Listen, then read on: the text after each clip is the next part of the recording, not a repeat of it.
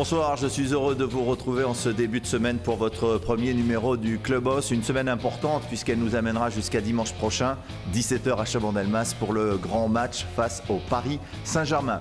On va revenir dans cette édition sur la victoire des Girondins de Bordeaux, signée Diego Roland, 2-1, doublé de Roland, meilleur buteur du club désormais. Une victoire qui permet aux Bordelais de conserver leur chance d'être européens. Réaction de Diego Roland, de Nicolas Maurice-Bellet et d'un garçon qui a retrouvé le groupe avec beaucoup de plaisir à l'occasion de la mise au vert pendant 2 jours dans le Calvados. Il s'agit de Jussier. Comme chaque lundi, un invité. Il s'agira aujourd'hui de Hugo Gostisbehere. Passé par la réserve bordelaise, il est désormais à Trélissa qui viendra nous parler de l'évolution de sa carrière. Et puis nous resterons sur le championnat amateur avec la réserve bordelaise qui s'est imposée à Nantes et le succès des U17 d'André Penalva. Une victoire face au dauphin actuel du groupe, face à Niort, 2-1. On va découvrir dans quelques instants le tableau résultat de la 28e journée qui s'est déroulée tout ce week-end avec 37 buts marqués. Oui, vous entendez bien, 37 buts.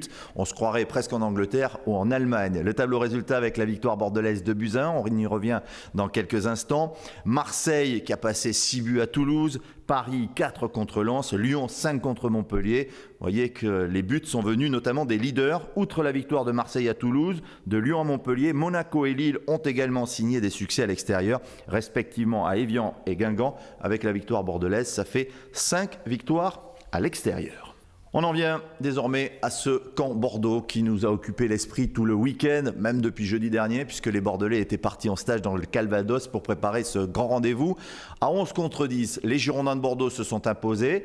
Il y a eu l'exclusion de Nangis à la 30e minute. Et puis Diego Roland a frappé 2 fois, tout d'abord à la 69e minute sur le centre de Nicolas Maurice-Bellet. Il est à la réception pour tromper Rémi Vercoute. C'était l'ouverture du score. Oh, ça n'a pas duré très longtemps, puisqu'à la 72e minute, l'égalisation de Sloan Priva rappelle aux Bordelais que l'équipe cannaise était quand même la meilleure équipe en 2015. Heureusement, M. Tual va aider les Bordelais, du moins c'est la main de Apia qui va aider les Bordelais avec ce penalty de la 95e minute dans les arrêts de jeu. Diego Roland ne tremble pas et permet aux Girondins de Bordeaux de remporter ce match. 9e but pour Roland, désormais meilleur buteur. Il devance Cheikh Diabaté, 8 buts, et Wabi Kazri avec 7 buts. Diego Roland, un buteur heureux, on l'a bien sûr rencontré à l'issue du match. On est tous contents, on a gagné, voilà. Et il faut rester calme, il faut continuer comme ça pour atteindre l'objectif. Il ne fallait pas trembler parce que ça a été long avant de pouvoir tirer le pénalty.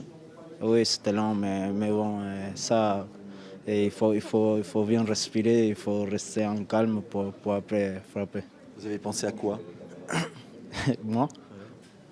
À rien, on va marquer. J'ai envie de marquer, j'ai envie le gardien et voilà, j'ai envie de marquer, c'est tout.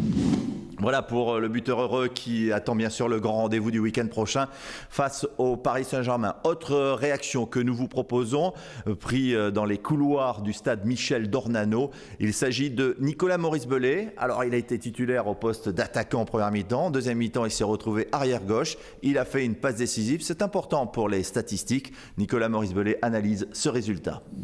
Ouais, ouf.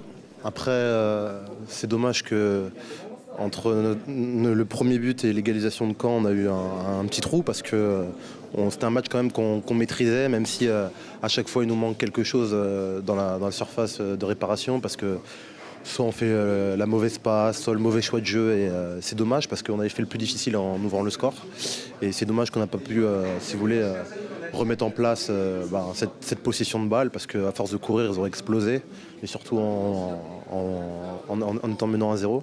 Alors que là, ils ont égalisé tout de suite, ils n'ont pas eu le temps d'avoir de la perte de confiance. Enfin, les stats? Ah, bien sûr, ça fait du bien. C'est vrai qu'en plus, j'étais dans une position de mi-temps de latéral gauche où c'est pas forcément là où on vous attend pour ce genre de stats.